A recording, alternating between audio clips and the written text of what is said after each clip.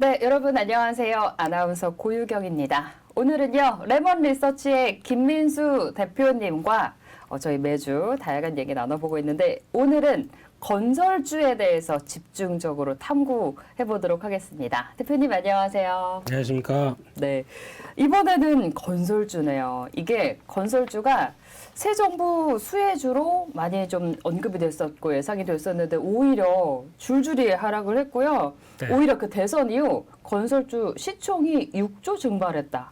이런 얘기 나오고 있는데 오늘 가지고 오신 거는 살짝 지난주에 좀 꿈틀해서 가지고 오셨을까요? 그렇습니다. 일단 건설주 보게 되면 이번 정부 들어서면서부터 뭔가 변화가 좀 들어올 것이다. 라는 예상. 네, 기대감이 컸었는데 네. 그 이후로 나오는 정책들이 약간 뭐 구체화된 게 없고 변화도 없고 이거 어떻게 될 것인가 뭐 어떻게 공급에 대한 증가 기대감이 상당히 컸었죠. 네. 근데 공급이 늘어난다는 얘기는 쉽게 말씀드리면은 부동산 값이 많이 올랐는데 가격이 많이 올랐는데 거기서 부동산 가격을 잡기 위해서 공급을 늘리게 되면 네. 가격이 떨어지지 않겠느냐. 네, 그래서 그렇죠.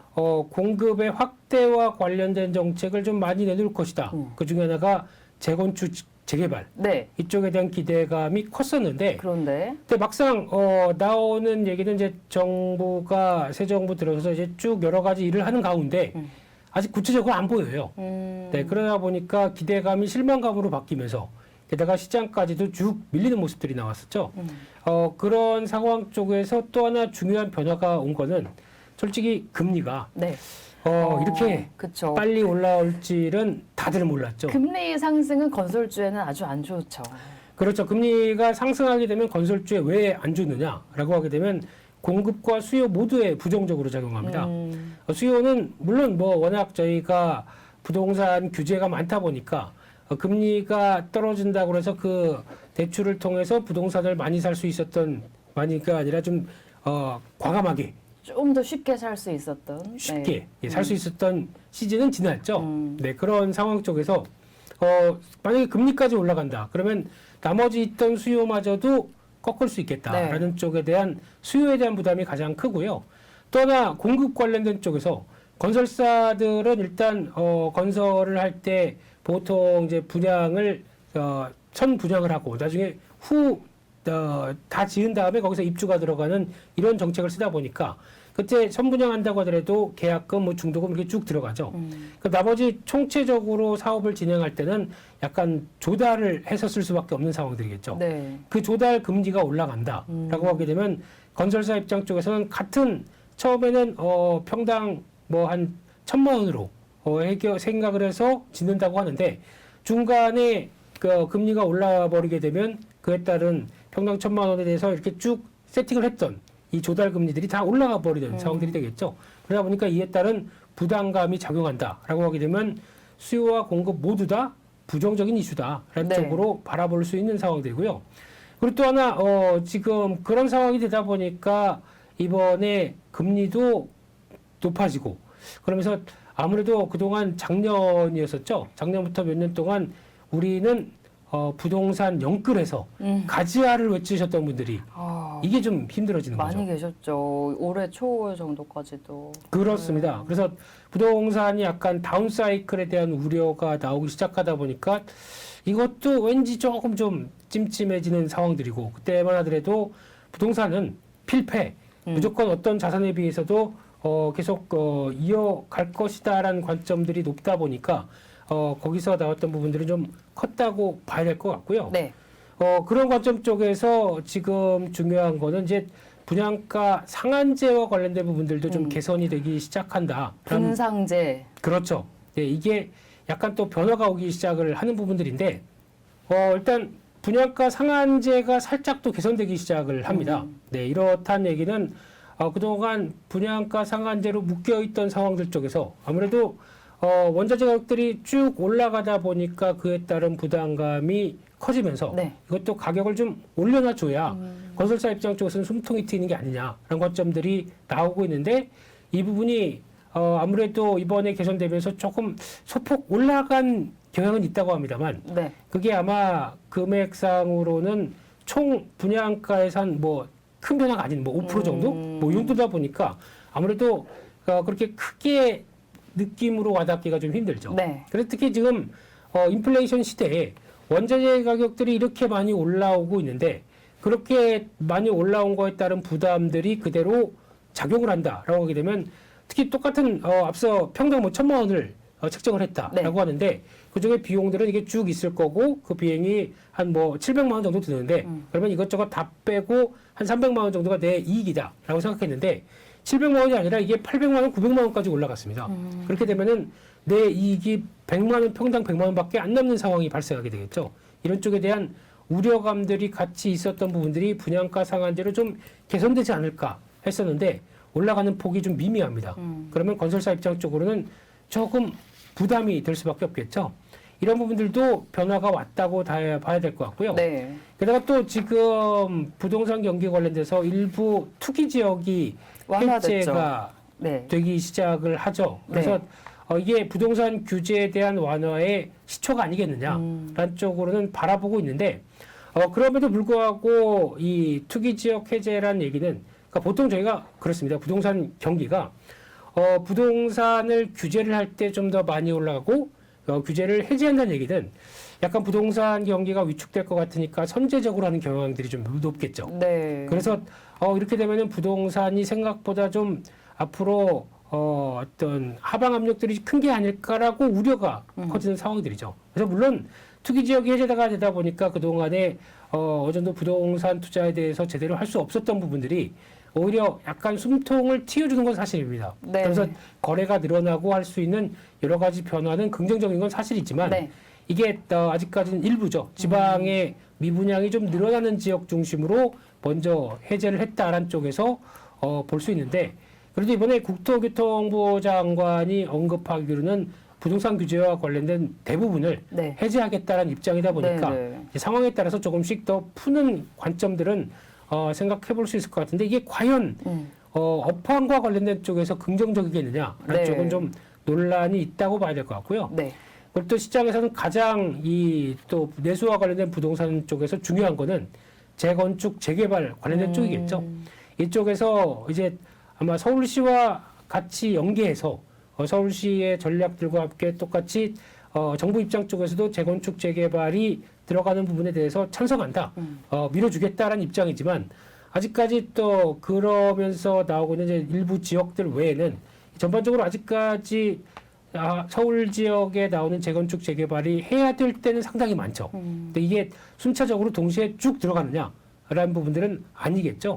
그렇기 때문에 이와 관련돼서 어느 정도 활력소를 더 넣어줘서 신호탄, 그러니까 즉 뭐 제일 얘기 많이 나오는 그 어렵다는 뭐 압구정이나 아니면 뭐 또 목동, 뭐 여의도 이런 식으로 어느 정도 변화되는 게 보여져야 이제 들어가기 시작하는구나 알겠죠. 네. 근데 지금 말씀드렸던 내용들을 다 종합해서 한눈에 보기 쉽게 말씀드린다고 하게 되면 네.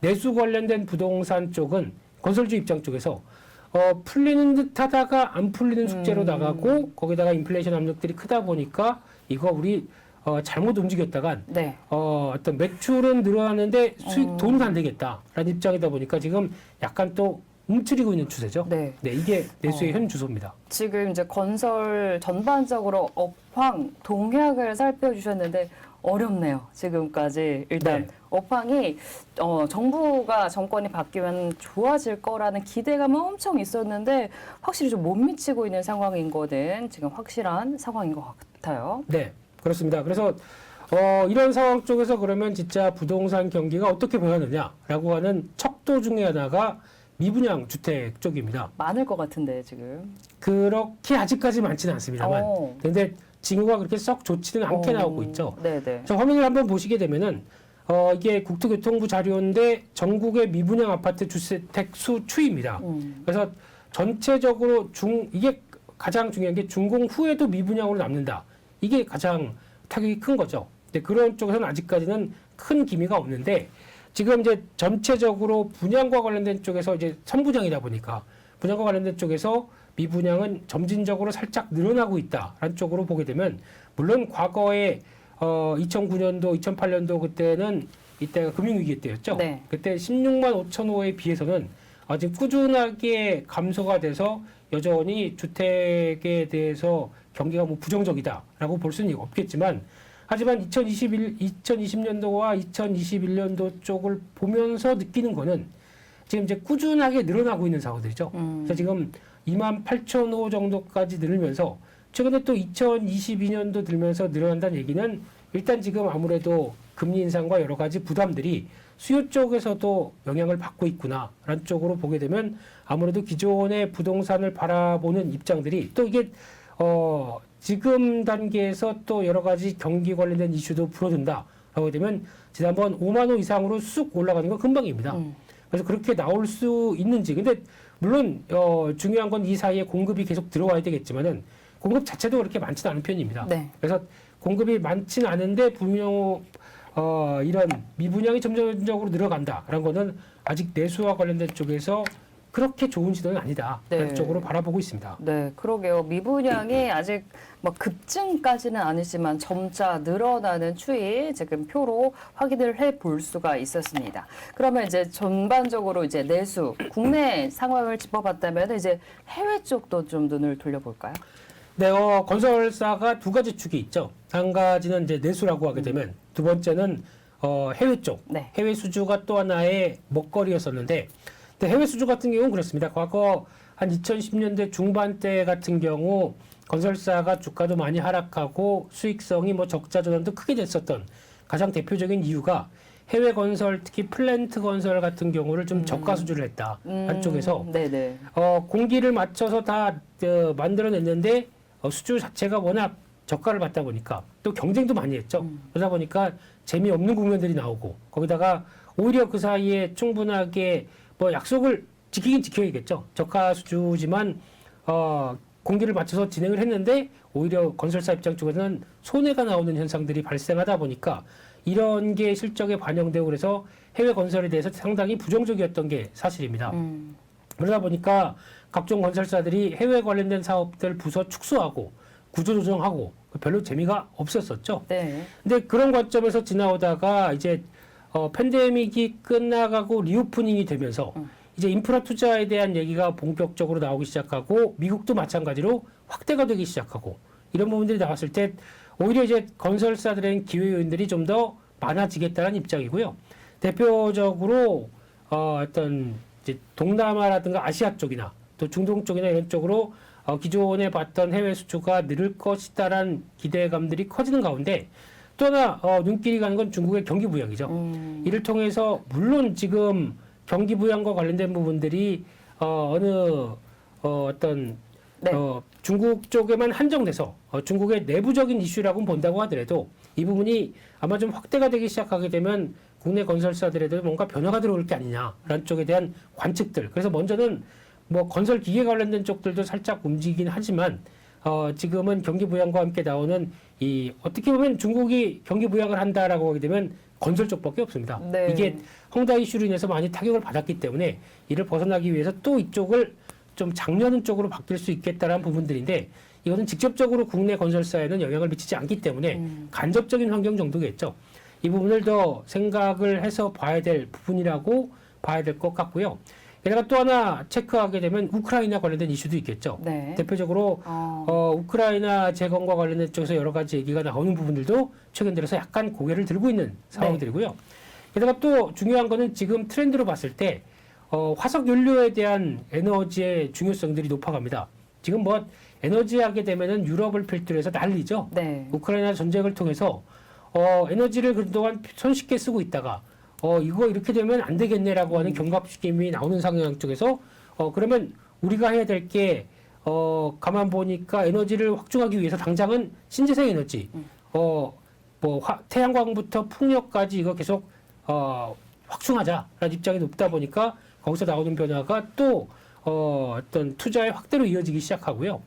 그런데 지금 태양광과 풍력도 지금 원한다고 해서 바로 설치해서 전력 나오는 거 아닙니다. 네. 이쪽도 시간이 길죠. 근데 여기서 그러면 그동안 좀 탄소 배출이 많다고 해서 좀 안 쳐다봤던 상대적인 화석연료 쪽이죠.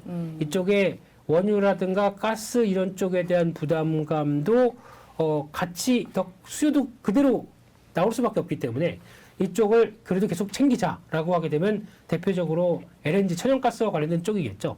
이쪽에 대해서 투자가 늘어나는 쪽으로 나오다 보니까 네.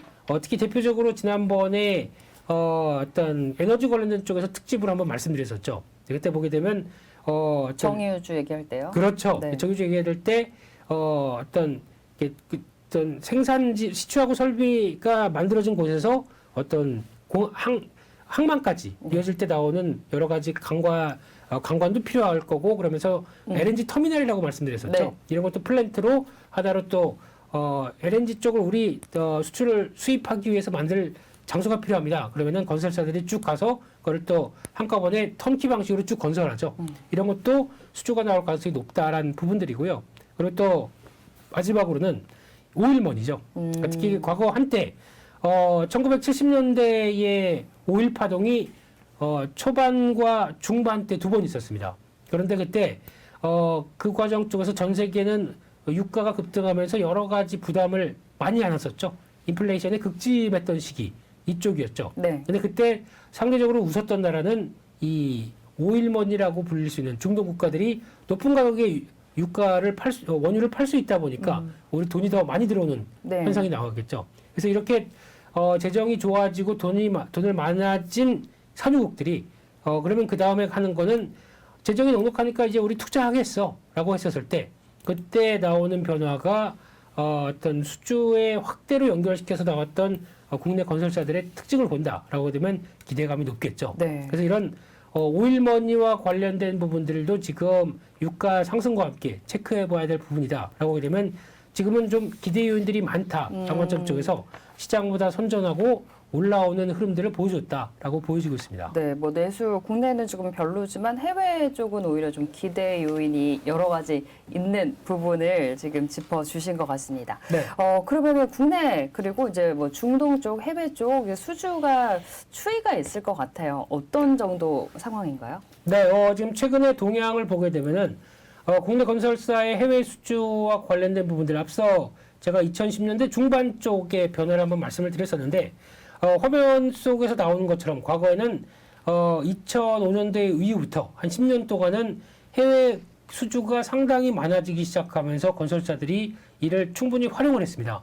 근데 이때쯤 돼서 한 2010년대 중반쯤 되다 보니까 수주는 괜찮은데 기업들이 적자나거나 실적이 상당히 안 좋아지기 시작합니다. 네. 대표적인 케이스가 삼성 엔지니어링이죠. 네, 그래서 이때 아니 왜 이런 현상이 나오나 하고 뜯어봤더니 수주를 저가하다 보니까 그게 맞추기 위해서 실적은 안 좋은 현상들이 나오기 시작하죠. 그래서 그때 확인되고 수주가 급감했습니다. 그리고 한 2010년대 후반부터 현재까지는 딱 동향이 일단 이거 돈이 그렇게 크게 안 들지도 모르니까 굳이 지금 여기서 수주를 해야겠느냐라는 부분들이 나오면서 수주가 상당히 과거 대비해서 한 3분의 1로 뚝 떨어지는 절반 가까이도 떨어지고 있는 이런 현상이 나오기 시작을 했죠. 그래서 이런 부분들로 봤을 때 지금 올해도 거의 그런 쪽에서 크게 벗어나지 않겠느냐 아니면 올해는 그래도 중동 특수라든가 오일머니가 이걸 이끌 것이다. 게다가 또 말씀드렸던 리오프닝 때 한참 막 뭔가 투자를 하려고 했었던 이 동남아 쪽의 개발도상국, 신흥국들이 지금은 약간 좀 멈춰 있지만 베트남 같은 경우도 대표적인 케이스죠. 이런 것들이 투자를 확대하면서 변화가 나올 가능성이 높지 않겠느냐 한쪽에서 점진적인 우상향이다라고 바라볼 수 있는 쪽도 하나의 기대감으로 되는 것 같고요. 두 번째로 보게 되면 국내 건설사의 중동 수주 실적입니다. 지금 보게 되면 마찬가지로 2020년도보다 작년에 그리고 또 2022년도에 거의 아직까지는 현재까지는 지금 6개월 정도밖에 안 됐는데 네. 이 정도 수치라고 하게 되면 작년에도 못 미치는 상황들이겠죠. 그러네요. 네. 네. 근데 그럼에도 불구하고 하반기에 좀 더 속도를 내서 이 작년 수준까지도 넘어가기 시작한다라고 하게 되면 특히 지금 2020년, 2021년도 나왔던 요 기간 동안의 변화가 팬데믹 때 어떤 이어지는 상황이라고 봐야 되겠죠. 그럼에도 불구하고 리오프닝 때 그리고 또 오일머니를 가지고 또 확장되는 모습들이 확인되느냐라는 부분들이 앞으로 중요한 변화다라고 바라보고 있습니다. 네, 지금 이제 국내 건설사 해외 수주 그리고 중동 수주 추이까지 한번 짚어봤습니다. 뭐 그리고 앞으로 전망이랄까요? 어떻게 좀 예상을 해볼 수가 있을까요? 네, 그래서 지금 계속 오일머니 관련된 얘기를 더 많이 말씀을 드리고 있는데 어느 정도 수준으로 지금 산유국들이 재미를 많이 보고 있느냐라는 쪽으로 봤을 때 사우디아라비아가 1분기 기준으로 재정 흑자가 19조 원이 났다고 합니다.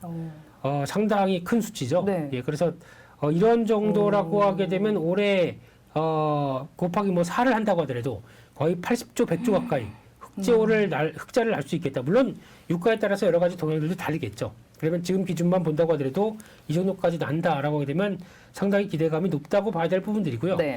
그러다 보니까 지금 사우디아라비아의 국영 석유공사죠. 아람코 같은 경우도 돈을 많이 법니다. 그러면 이걸 가지고 그냥 둘 것이냐? 아니죠. 좀 확대하는데 목표를 가져가야 되겠죠. 그래서 아람코의 올해 설비 투자만 30% 정도 늘어날 걸로 보여지고 있고요. 중도 국가가 내년까지 발주액이 아마 2000년도 수준까지도 이어간다라고 하게 되면 아까 2000년도 수준 같은 경우는 상당히 큰 숫자들이 많았었죠. 네. 이렇게 됐었을 때 아마 국내 건설사들도 이에 따른 훈풍이 좀 더 불 게 아니냐라는 관점 쪽에서 눈길이 가고 있는 상황들이고요. 앞서 말씀드렸던 또 우크라이나 재건 이슈도 있습니다. 아마 녹화일 기준으로 오늘 7월 4일 같은 경우 여기서 URC라고 해서 우크라이나 리커버리 커미티 괜찮나요? 네. 괜찮네요. 네. 이쪽이 재개가 되면서 아마 관련된 쪽이 본격적으로 논의가 될 텐데 여기서 중요한 거는 우리나라도 국토교통부 차관이 참석합니다. 근데 참여하는 국가가 40개국. 네, 이렇게 되면은 다 관심이 있다는 얘기죠. 그러네요. 네, 이를 다 따돌리고 한국이 얼만큼 이를 수주를 할 것이냐. 이게 가장 큰 관건이 아닌가 싶기 때문에 이 부분이 가장 큰 핵심이다라고 네. 봐야 될 것 같고요.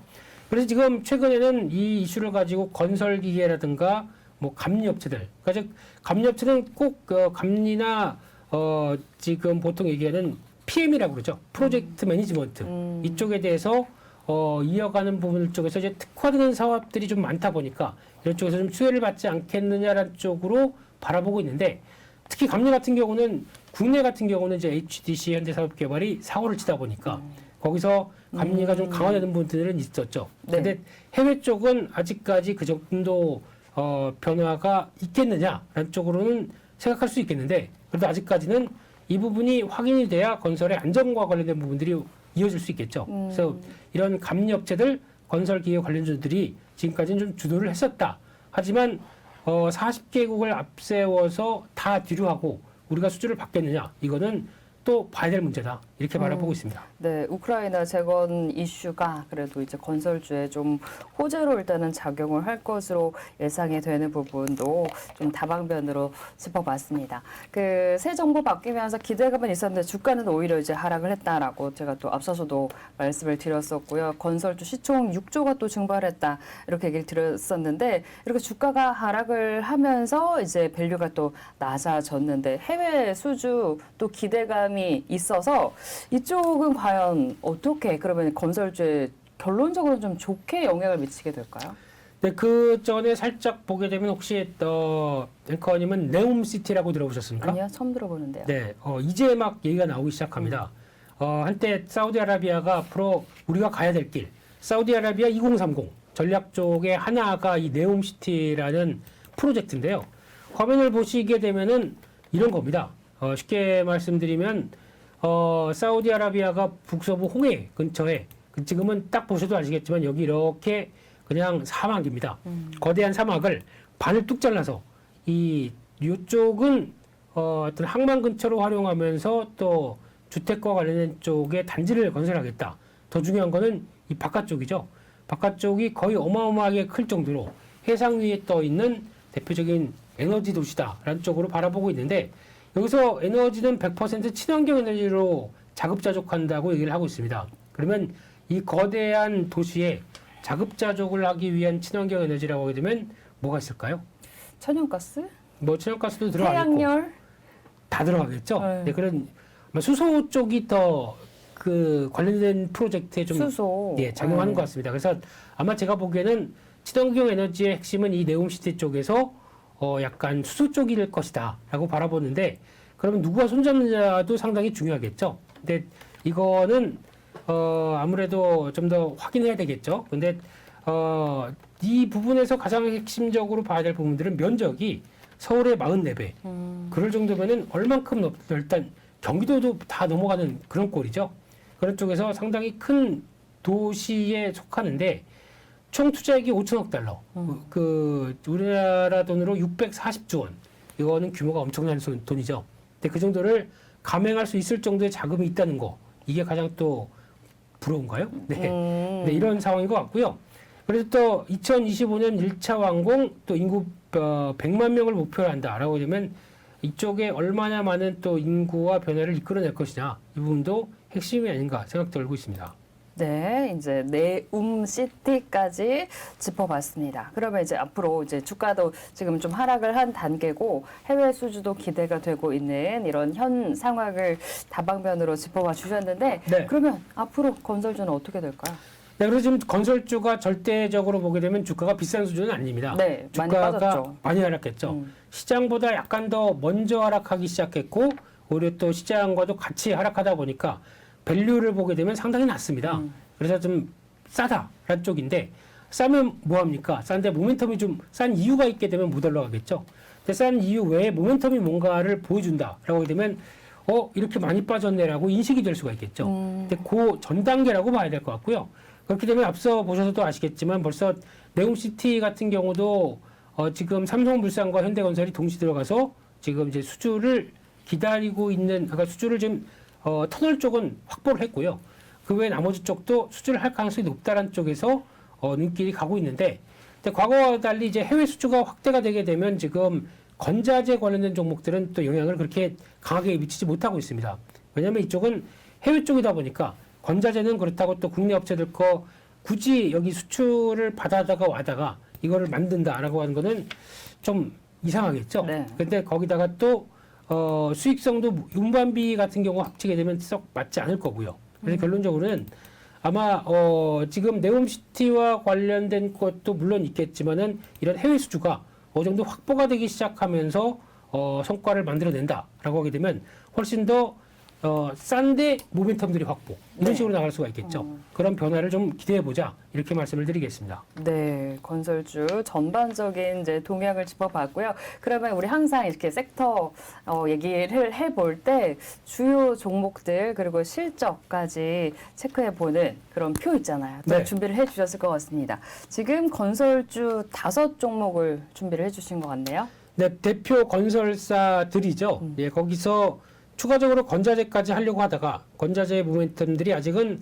인플레이션의 압력 때문에 여전히 가격이나 어떤 성과를 내기가 좀 막연한 어려워서. 상황이기 네. 때문에 그런 쪽은 좀 제외를 시켰고요. 네. 대표적인 건설사 현대건설입니다. 지금 올해 영업이익이 한 18% 늘어날 걸로 보여지고 있는데 그 정도 여전히 증가죠. 예, 근데 시총이 4조 6천억. 안 비쌉니다. 한 지금 딱 PER 5배네요. 게다가 PBR은 0.6배, 배당은 1.45%. 그 정도에서 지금 절대 싸다고 볼 수 없는 수치가 보여지고 있고요. 두 번째, GS건설은 좀 더 증감이 29%까지 늘어날 걸로 보여지고 있는데 시총은 2조 6천억대. 그러면 또 거의 비슷한 규모인데 왜 GS건설이 좀 더 쌀까요?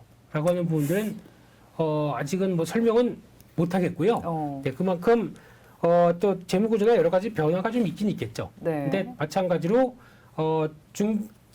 영업이익은 올해 이렇게 강하게 올라올 텐데 그만큼 PBR도 상대적으로 싸고 지금 8천억 나오는 회사가 시총이 2조대밖에 안 된다라고 하게 되면 이것도 어떻게 보면 그 저평가 하나의 원인이 될 것 같고요. 배당도 4.1%입니다. 상당히 세죠. 네. 그래서 이런 분들 배당만 본다고 하더라도 거의 다 3%에서 5%대까지 차지하는 대형 건설사의 입장을 보게 되면 이것도 하나 투자의 아이디어로 한 번쯤은 챙겨야겠다 이렇게 네. 바라보고 있습니다. 네. 그리고 이제 DLENC 저희 오늘 생방송 때도 DLENC 어떤 분들이 좀 이렇게 울고 계시던데 네. 주가가 좀 위에 물리신 분들이 많이 계신 것 같더라고요. 네, DLENC도 또 애증의 종목이죠. 지금 DL그룹과 DLENC 간의 관계들, 그러니까 즉 DL이 DLENC를 계속 또 사서 그러니까 지배구조를 좀 더 개선시키려고 하는 목적은 상당히 큽니다만, 근데 DLENC를 사게 되면은 그냥 지금 가격이 얼마 바로 사는 게 아니라 좀 싸게 사려고 하겠죠. 그러다 보니까 오히려 거기서 나오는 약간 좀 부당한 좀 이제 지주사가 해야 될 역할들을 좀 더 키우다 보니까 DLENC를 그렇게 약간 도외시하는 이런 구조가 나온다는 것에 대해서 좀 지탄을 받았는데 마찬가지로 올해 또 시가총액 대비해서 영업이익 나올 부분들은 그렇게 비싸지 않다고 봐야 될 것 같고요. 하지만 역성장합니다. 이 부분은 좀 주의해야 될 것 같고 여전히 싸고 배당도 좋다라는 쪽. 또 삼성물산도 요즘에 들어서 얘기가 상당히 많이 나오는 종목들이죠. 네.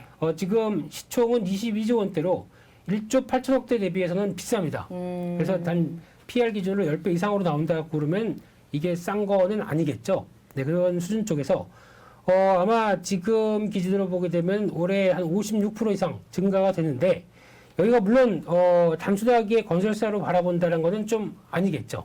왜냐하면 건설사의 입장 쪽으로 봤었을 때 지금 나오고 있는 좀 규모의 경제를 좀 키우는 효과까지가 즉 삼성물산 안에는 다른 사업들도 많지 않습니까? 엄청 많죠. 그렇죠. 뭐 작은 거 많이 팔잖아요. 네, 작은 거, 네, 뭐 패션이나 아직까지 이런 사업부들이 좀 있는데 이거를 다 제거 다 그런 거보다 건설 쪽에 대한 역할론들이 좀 더 확대가 되는 걸 좀 더 바라볼 수밖에 없는 상황들이고요. 그래서 아직 주가가 그렇게 비싸지는 않습니다. 또 하나 주가가 22조 원대라고 하게 되면 삼성물산 기준으로 보게 되면 삼성전자 지분이나 여러 가지 또 지분 가치 역할들도 같이 있겠죠. 그거 대비해서는 쌀 수는 있겠지만 아직까지 실질적인 건설 사업과 함께 나올 수 있는 변화들은 좀 더 세부적으로 확인할 필요가 있다. 이렇게 봐야 될 것 같고요. 마지막으로 HDC 현대산업개발 사고를 좀 친 종목이죠. 그러다 보니까 자꾸 주가는 좀 많이 빠졌다가 좀 반등도 하고 그런데 지금 올해 위축되는 실적 관련된 쪽에서 한 3천억대 이후에 좀 부진한 모습들을 나왔다라고 하게 되면 이 정도의 시총을 받을 여유가 있겠느냐라고 봤을 때는 부담인데 반대로 오히려 배당이나 그리고 또 자산 대비해서는 가장 건설사 중에 싼 걸로 나옵니다. 실적이 이상이 없는지 확인해보고 그럴 때는 오히려 이런 것도 하나의 또 싼 종목과 배당의 메리트가 주가를 이끌 수도 있겠구나라는 생각을 해봤습니다. 네, 대표 건설사 5종목의 지금 현 주가 그리고 실적까지 체크를 해봤습니다. 그러면 늘 또 궁금한 거 이럴 때 건설주가 또 많이 빠졌으니까 담아볼까 아니면 건설주는 또 위에서 좀 물려 계신 분들도 많이 계실 텐데 내 종목이 여기 참 등장하면 좋겠다 생각을 하실 것 같습니다. 건설주 중에 눈여겨볼 만한 관심 종목은 어떤 종목일까요? 네, 그래도 건설사 쪽에서 대형사 쪽에 포함되는 쪽 한 종목 그리고 또 그와 비슷한 이번에 해외 쪽에서 수주가 늘어난다라고 하게 되면 기대감을 가질 만한 종목 두 가지로 한번 찾아봤습니다. 대형주 한 종목, 중소형주 한 종목. 네, 그 중에 하나가 대우건설입니다. 네, 대우건설 같은 경우 한때 주인을 찾는다라고 해서 여러 가지 말도 많았지만 지금 현재로는 중흥건설이 그러니까 즉 중흥토건, 중흥산업 이렇게 얘기를 하고 있죠. 네. 이쪽이 제일 많이 갖고 있으면서 지분율이 50% 정도 넘어간 회사고요.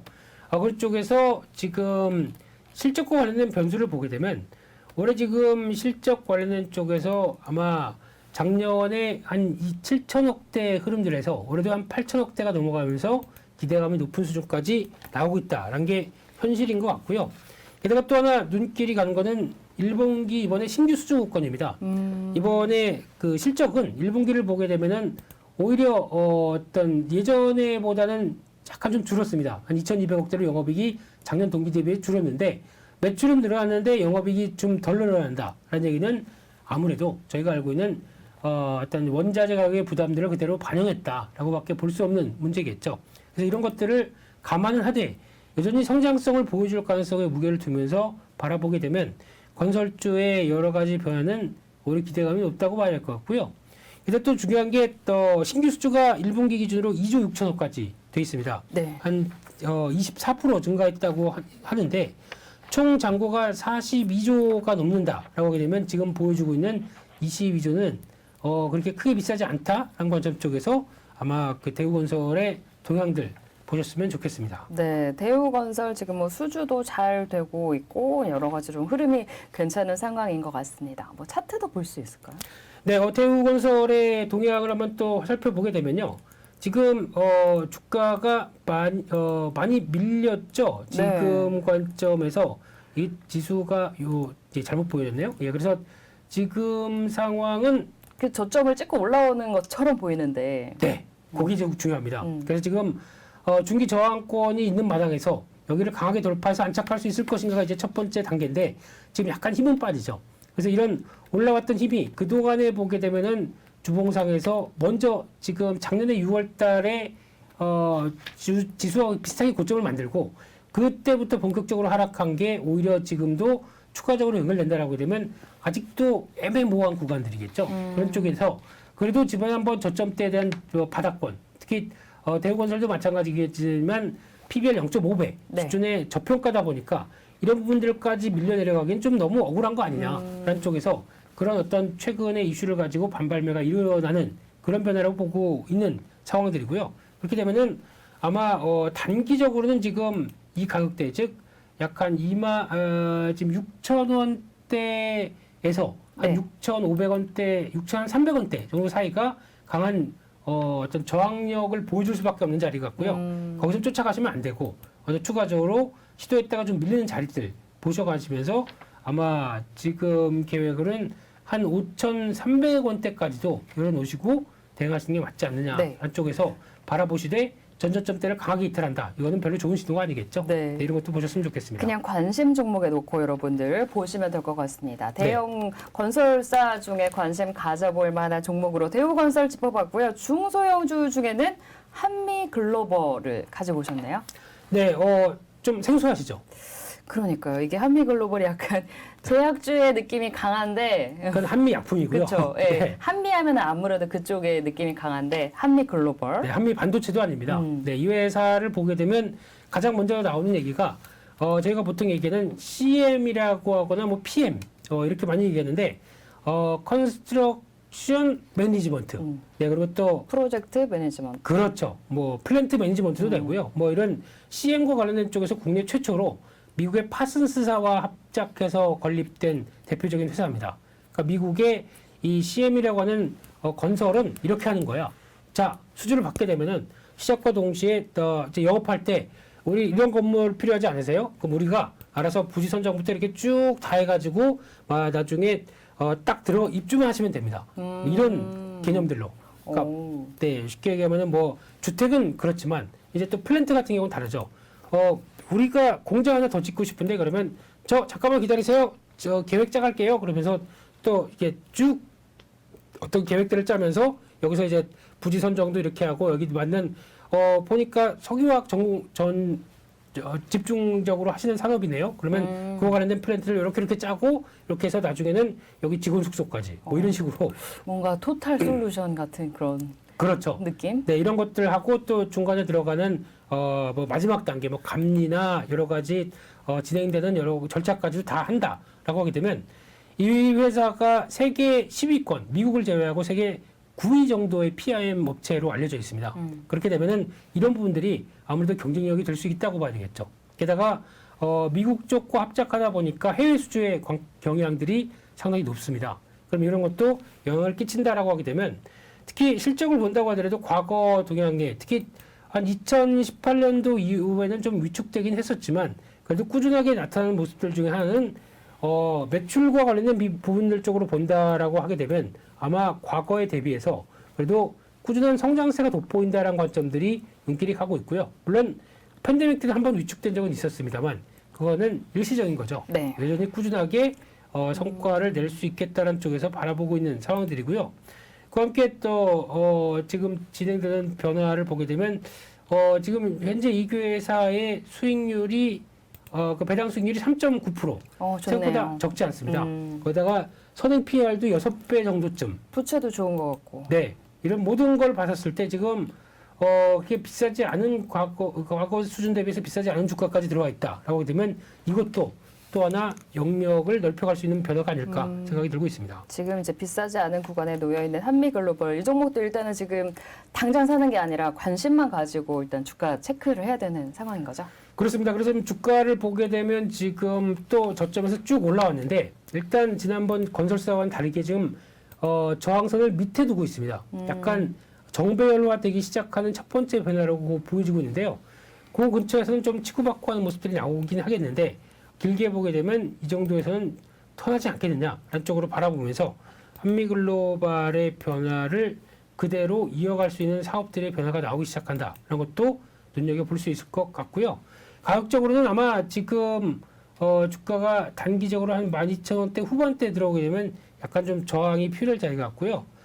특히 손절가는 지금 기준으로 보게 되면 약간 한 9,500원대 정도쯤 뭐 지난 저점대가 또 빠르게 이탈하면 안 되겠죠. 그렇게 보면서 일단 좀 늦더라도 특수한 사업 분야를 하는 만큼 성과를 낼 수 있을 것이다. 이렇게 바라보고 있습니다. 네, 특수한 사업 분야이기 때문에 더욱 그 성과가 기대가 되는 한미글로벌까지 건설주 관심 종목으로 짚어봤습니다. 네, 늘 매주 좋은 시간 만들어주고 계시는 김민수 대표님과 오늘은 건설주 얘기 나눠봤고요. 다음 주에는 또 여러분들이 관심 가져주시는 지난주에 좀 한 주 전에 핫한 또 앞으로 핫해질 섹터를 미리 점검해보는 시간 갖도록 하겠습니다.